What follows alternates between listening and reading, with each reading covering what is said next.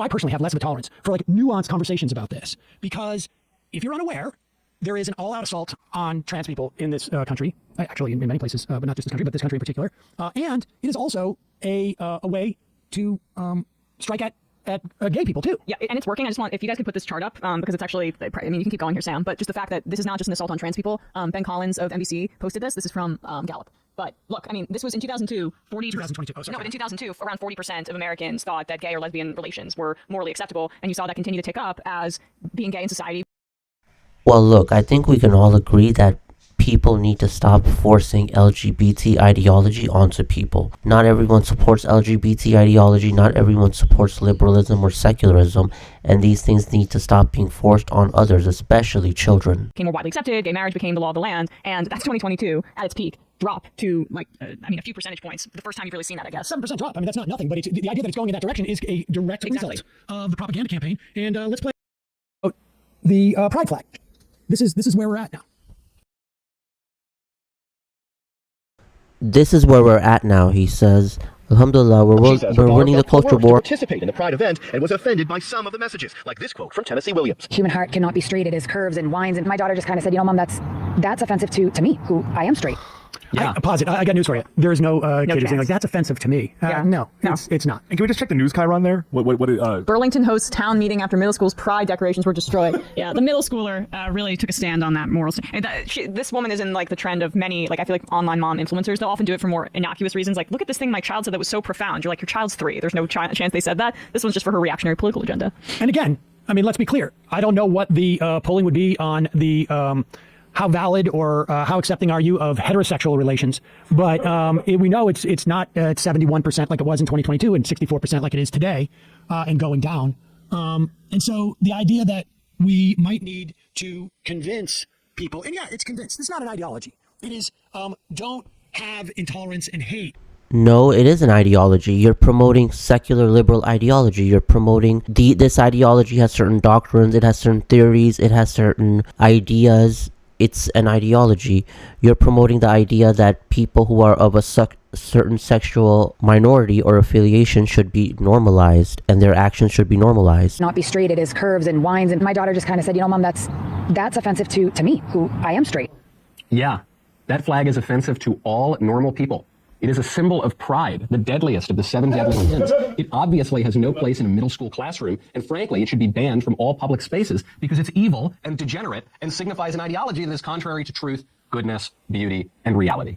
And it is an indictment of our political order that the warmed-over hippies and other deviants running our schools need to learn that lesson from 11-year-olds. That is very sad. I mean, let's just.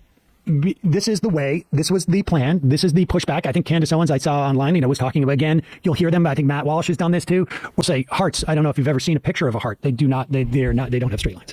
They literally are curved, and I mean, literally are curved. Well, I mean, what's threatening to that mom there is like maybe their kid who apparently has a very developed sense of their own straightness might actually come to question that at some point at a later date. And it's not just, the point is, it's not just questioning their own personal straightness. Right. The idea is if you have been raised in a home that has told you that it's a binary. There are black and white answers to this. That a woman does this, a man does that. That's the way God intended, and we are to do this and not that because that's the way God has intended it, and that's the way it is. And then they get out of their home, and they start to see like, hey, wait a second. I thought black people were this way, or I thought gay people were that way, or I thought brown people were this way, and they go out and their own experience is different. Or they hear different ideas, it is a threat to the entire hierarchy that they have been raised in. So it's not just a threat to the possibility of their sexuality. That may not be it. It may be just like, once you see that this is wrong, and you have been in a household, then all of a sudden you start questioning other premises.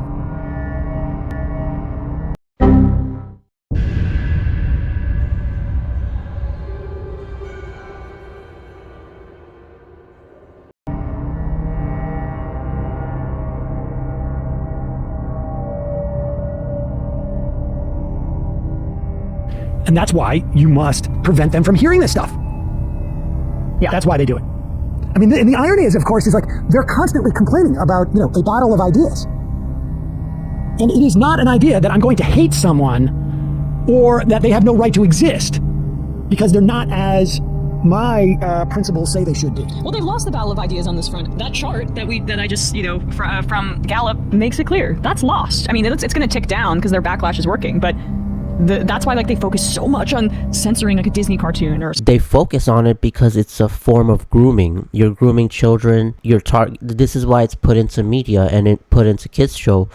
Mostly adults aren't seeing this. They're not targeting adults. They're going after kids. So that's why they want to prevent that, because it's a form of grooming and pedophilia. School classroom that they're trying to suppress. Yeah, disciplining the culture to try to put the cat back in the bag. And let's play as Michael Knowles. I mean, this is why he wants to go back to Another Michael 1220, Genghis Khan era, by the way. Oh, that's what he's nostalgic for? I mean, what was happening with the Catholic Church at that time? I mean, I think that's honestly is where he's going. There's something that he's got in his bonnet. Let's listen to this.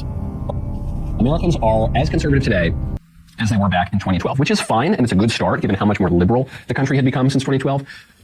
But if 2012 is the end point, then we might as well pack it in, guys. I do not want America to be as socially conservative as it was in 2012. I want our civilization to be as socially conservative as we were in 1220, okay? I don't even want the 1950s.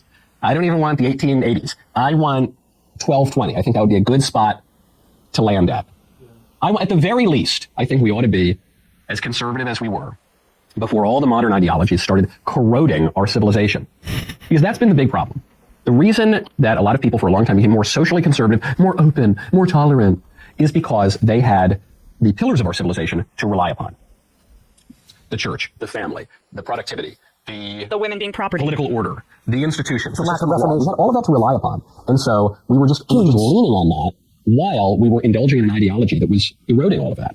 This is the thing about liberalism, including the old classical liberalism. It's just like an acid that you pour onto your civilization. And I don't know, maybe you like it. Maybe it's like lysergic acid, maybe it's like a drug or something. But people kind of like this acid for a while, but it just starts to eat away at the thing upon which it must rest. A tranquilizing drug of liberalism versus this. This is a big W for Michael Knowles. A lot of the problems with these liberals or these conservatives is that they still promote liberalism. So Alex Jones, Ben Shapiro, Steven Crowder, they're liberals. Tim Pool, they're all liberals, but they're classical liberals. And their whole argument is we're liberals, but liberalism today went too far. So we're liberals, but we're not progressives. That's our problem. And this is a W for Michael Knowles and people like Matt Walsh, who are actually anti-liberal. Like, they don't want to go back to the 1950s or the 1800s. They want to go back to actually when it was a conservative time. So that's a W for him.